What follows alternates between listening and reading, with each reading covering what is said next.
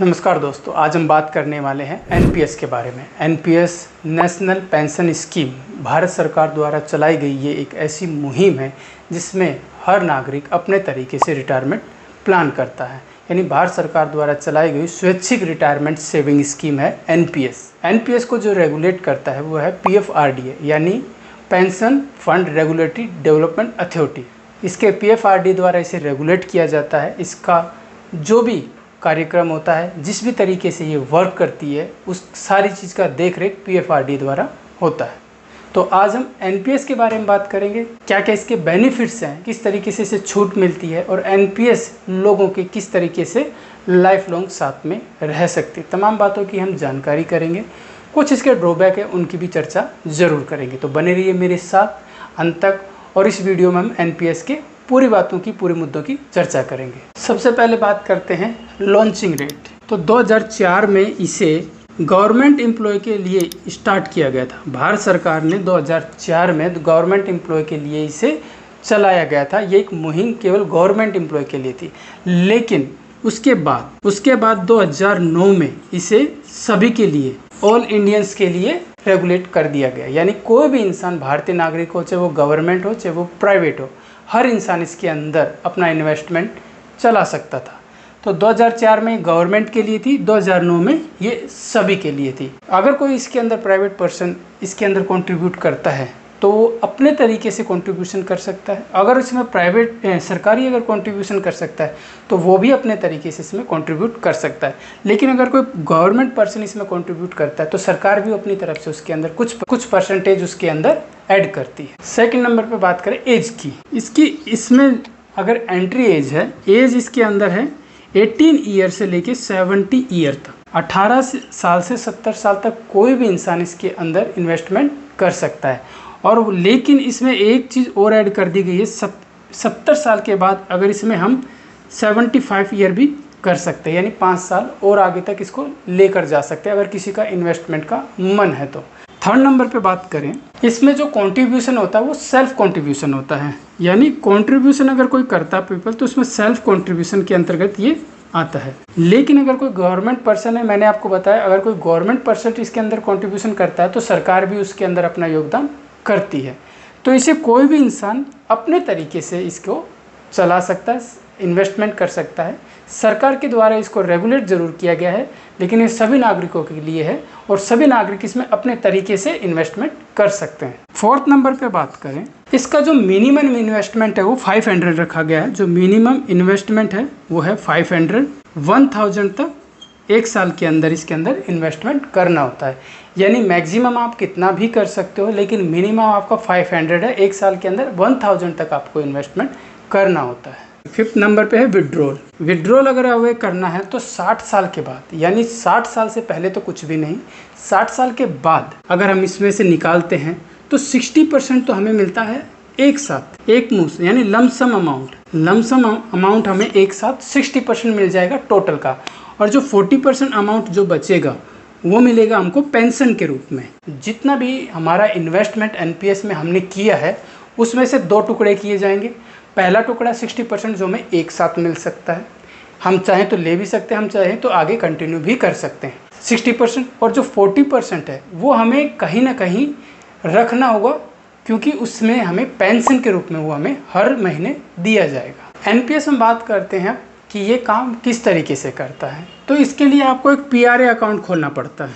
PRA account मतलब permanent retire account. Permanent retirement account में आपको ये सब करना होता है। इसके अंदर टाइप होते हैं 2 तरीके के, यानी टायर 1 और टायर 2। जो टायर 1 अकाउंट होता है उसके अंदर आपको जो अपनी पेंशन तक यानी रिटायरमेंट तक का प्लान लेकर चलना होता है टायर 1 के अंतर्गत, यानी 60 साल तक। इसका जो आपका होता है 60% इसके अंदर इन्वेस्टमेंट होता है टायर 1 में। और जो होता है सेकंड टायर 2 में होता है 40% आपका। इसमें आप कितना भी इन्वेस्टमेंट कर सकते हो, रिटर्न आपको आपके इन्वेस्टमेंट के आधार पे मिलता है। टायर 1 अकाउंट है, इसको आप 60 ईयर तक आपका लॉकिंग पीरियड होता है। ये मान लीजिए 60 ईयर, 60 साल से पहले आप इसमें से पैसा नहीं निकाल सकते टायर 1 में। लेकिन जो टायर 2 होता है उसमें से आप पैसा निकाल सकते हो कभी भी। आप इस चीज़ को ध्यान में रखें कि जब आप इसमें पैसा इन्वेस्टमेंट कर रहे हो तो आपका पैसा दो जगह कंट्रीब्यूट हो रहा है। जो टायर 1 में अगर आपका पैसा जा रहा है ना, वो समझ लीजिए आपको एक बार पैसा इन्वेस्टमेंट कर लिया तो 60 साल के लिए वो आपका पैसा लॉक हो गया, आप उसे 60 साल के बाद ही निकाल सकते हो। लेकिन टायर 2 की बात करें, इसमें जितना भी पैसा आपका है उसे आप कभी भी निकाल सकते हो। इस चीज़ को ध्यान में रखना कि आपका इन्वेस्टमेंट किस तरीके से चल रहा है। टायर 1 और टायर 2 दो तरीक़ों से आप इसमें इन्वेस्टमेंट करते हो। अब इसमें आता है कि आप इसमें इन्वेस्टमेंट जो करते हो वो कहाँ कहाँ जाता है। देखिए, आपका जो इन्वेस्टमेंट है वो मार्केट में लगता है। मार्केट की जो फर्म है, यानी कि सरकारी बॉन्ड हो गया, डेब्ट बॉन्ड हो गए, म्यूचुअल फंड्स हो गया, इक्विटी हो गया, इन सब के अंदर आपका जो पैसा है लगाया हुआ है एनपीएस में, वो पैसा जाके आपका वहाँ पे लगता है। अब हम इसमें एक एग्जाम्पल के द्वारा इसे समझेंगे। मान लीजिए अगर किसी पर्सन ने, कोई ए पर्सन है, उसने अपना पर मंथ का एनपीएस में जो इन्वेस्टमेंट है वो है 5000 रुपये, यानी 5000 एनपीएस के अंदर उसने पर मंथ इन्वेस्टमेंट स्टार्ट कर दिया। पर्सन ए ने, उसने ये स्टार्ट किया है 30 साल की उम्र में। कोई ए पर्सन है, 30 साल की उम्र में उसने इन्वेस्टमेंट चालू किया है एनपीएस में, और कितना कटवाता है हर महीने का 5000 रुपये। तो 12 महीने का कितना हुआ 60,000 रुपये, यानी वो 60,000 रुपये एनपीएस में एक साल का एनपीएस में इन्वेस्टमेंट करता है। अब बात आती है कि जब वो रिटायरमेंट होगा 30 साल के बाद, आफ्टर 30 ईयर उसके पास कितना अमाउंट कटवा चुका होगा, लगभग 18 लाख रुपए। 18 लाख रुपए उसका इन्वेस्टमेंट हो चुका होगा एनपीएस में। 30 साल के बाद जब वो रिटायरमेंट होगा तब उसका किस हाल में पैसा मिलेगा, पैसे की मिलने की कंडीशन क्या रहेंगी, वो देखना ध्यान से, बिल्कुल इजी से समझ में आएगा। कोई ए पर्सन 5000 रुपये पर मंथ एनपीएस में इन्वेस्टमेंट कर रहा है, उसकी एज मैंने ली है 30 साल, आगे 30 सालों के लिए और उसे कंटिन्यू इन्वेस्टमेंट करना है। 60 साल के बाद उसका रिटायरमेंट आएगा। अब उसने कितना इन्वेस्टमेंट कर दिया, 18 लाख रुपए। 18 लाख रुपए वो इसमें एनपीएस को दे चुका। अब एनपीएस को वो जब 18 लाख रुपए दे चुका तो एनपीएस की बारी आई वापस देने की। तो कंपाउंडिंग इंटरेस्ट के साथ एनपीएस को उसे वापस लौटाना है, ठीक है। और 10% यानी कि एनपीएस की जो रेट ऑफ इंटरेस्ट है, जो कैलकुलेटेड, जैसे कि एफडी में 7% है, पोस्ट ऑफिस में कईयों में 8 होती है, कईयों में 8, 8.5 होती है, कईयों में 7.5 होती है, उसी तरीके से एनपीएस की जो रेट ऑफ इंटरेस्ट है वो मैंने लगाया है 10%। 10% के हिसाब से 30 साल के बाद ए पर्सन को मिलेंगे लगभग 1.13 करोड़ रुपए। 18 लाख का उसका इन्वेस्टमेंट है और 1.13 करोड़ रुपए एनपीएस उसे वापस देगा रिटायरमेंट के बाद। अब जो ये रिटायरमेंट के बाद देगा, ये पूरा का पूरा पैसा ए को ऐसे ही नहीं देगा, मैंने आपको बताया था। इसको दो कंडीशन में पैसे देगा। एक तो लमसम अमाउंट के लिए देगा, यानी पूरा जो पैसा ना देकर 2 टुकड़ों में देगा, लमसम अमाउंट के टुकड़ा देगा, और सेकंड देगा आपको पेंशन के रूप में। जो लमसम अमाउंट में आपको जो पैसा मिलेगा 1.13 करोड़ का, वो कितना मिलेगा, अब उसे टायर 1 के हिसाब से और टायर 2 के हिसाब से पैसा हैंडओवर किया जाएगा। टायर 1 में जहाँ 60% पैसा उसे हैंडओवर कर दिया जाएगा, लगभग 67.8 लाख रुपए। ये उसको एक बार में ही लमसम अमाउंट उसके खाते में डाल दिया जाएगा एनपीएस के द्वारा। 67.8 लाख उसको दे दिएगा। अब आती है टायर 2 की बारी, उसमें 40% अमाउंट वो रख लेंगे, और ये जो अमाउंट है उसको दिया जाएगा पेंशन के रूप में। यानी ये अमाउंट उसको पेंशन के रूप में हर महीने, अगर वो चाहे हर महीने, हर तीसरे महीने, चाहे 6 महीने, चाहे, वो हमारे ऊपर जिम्मेदारी है कि हम उस पैसे को किस तरीके से लेते हैं, लेकिन मिलेगा पेंशन के रूप में। तो मैं हर महीने की मान के चल रहा हूँ, अगर वो हर महीने इस पैसे को लेता है तो उसके पास जो पेंशन के लिए पैसा जमा है वो कितना है, 45.2 लाख रुपए। यानी 45 लाख के समथिंग उसके पास टायर 2 में पैसा होगा और इसकी पेंशन उसको मिलेगी। यहाँ तक समझ में आ गया। किसी पर्सन की इतनी जर्नी स्टार्ट होती है और यहाँ तक आके उसकी खत्म होती है।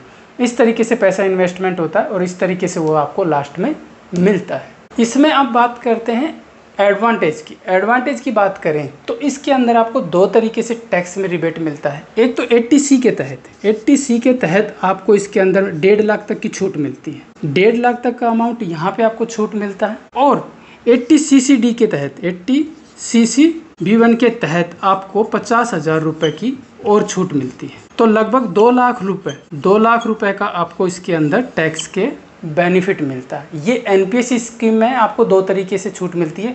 50,000 रुपये आपको 80CCB के तहत मिलता है और 80C के तहत आपको 1.5 लाख का रिबेट अलग से मिलता है। तो 2 लाख रुपए का आप इसमें ITR फाइल करते वक्त रिबेट भी ले सकते हैं। अब इसके कुछ डिसएडवांटेज की बात कर रहे हैं। डिसएडवांटेज में जो सबसे बड़ा डिसएडवांटेज जो दिखता है वो है कि आपने एक बार पैसा इन्वेस्टमेंट कर दिया तो 60 साल के लिए आपका पैसा लग गया दांव पे, यानी आपको वो चीज़ निभानी ही पड़ेगी। 60 साल तक आपको इन्वेस्टमेंट करना पड़ेगा और अगर किसी भी कारण बीच में डेथ हो जाती है उसके बाद भी पैसा आपको उसके नॉमिनी को मिलता है। हालांकि इसमें नॉमिनेशन की सुविधा है, आप जब भी जाते हो अगर अकाउंट ओपन करते हो तो नॉमिनी को जो भी पैसा ट्रांसफ़र हो जाता है, इसमें किसी भी प्रकार की टेंशन नहीं है। लेकिन अनमोलन हम मान के चलते हैं 60 साल तक आपका रिटायरमेंट इसमें होगा, तो लॉकिंग पीरियड कितना हुआ 60 साल का। सेकंड बात करें डिसएडवांटेज की, होता है कि 40% पैसा अब पेंशन के रूप में होगा। आपको जो पैसा मिलता है वो 60% तो आपको हैंड ओवर हो जाता है, लेकिन 40% पैसा तो फिर भी ब्लॉक रहता है, आपको पेंशन की स्कीम के साथ लेना ही पड़ेगा। तो ये इसके डिसएडवांटेज के रूप में हम देख सकते हैं। अब इसमें इन्वेस्टमेंट करने का तरीका किस तरीके से करें, तो हम किसी भी बैंक से इसको स्टार्ट कर सकते हैं, किसी भी पोस्ट ऑफिस से जाके इसको स्टार्ट कर सकते हैं और ऑनलाइन भी इसे हम स्टार्ट कर सकते हैं। एनपीएस की वेबसाइट पे जाके, प्रॉपर वेबसाइट है जो ऑफिशियल वेबसाइट पे जाके एनपीएस में हम ऑनलाइन पोर्टल पे जाके इसे स्टार्ट कर सकते हैं, वरना किसी भी बैंक में फिजिकल जाके स्टार्ट कर सकते, किसी पोस्ट ऑफिस में जाके स्टार्ट कर सकते। तो ये बातें थी तमाम एनपीएस के बारे में। मैंने आपको एग्जाम्पल के साथ बता दिया कि एनपीएस होता क्या है, किस तरीके से लास्ट में आपको इन्वेस्टमेंट का आपको रिफंड मिलता है। अगर कोई बात फिर भी है आपके दिमाग में, कोई सवाल है, तो प्लीज़ कमेंट्स में ज़रूर पूछना। मिलते हैं एक नेक्स्ट वीडियो के साथ नई इन्फॉर्मेशन के लिए। जब तक के लिए धन्यवाद।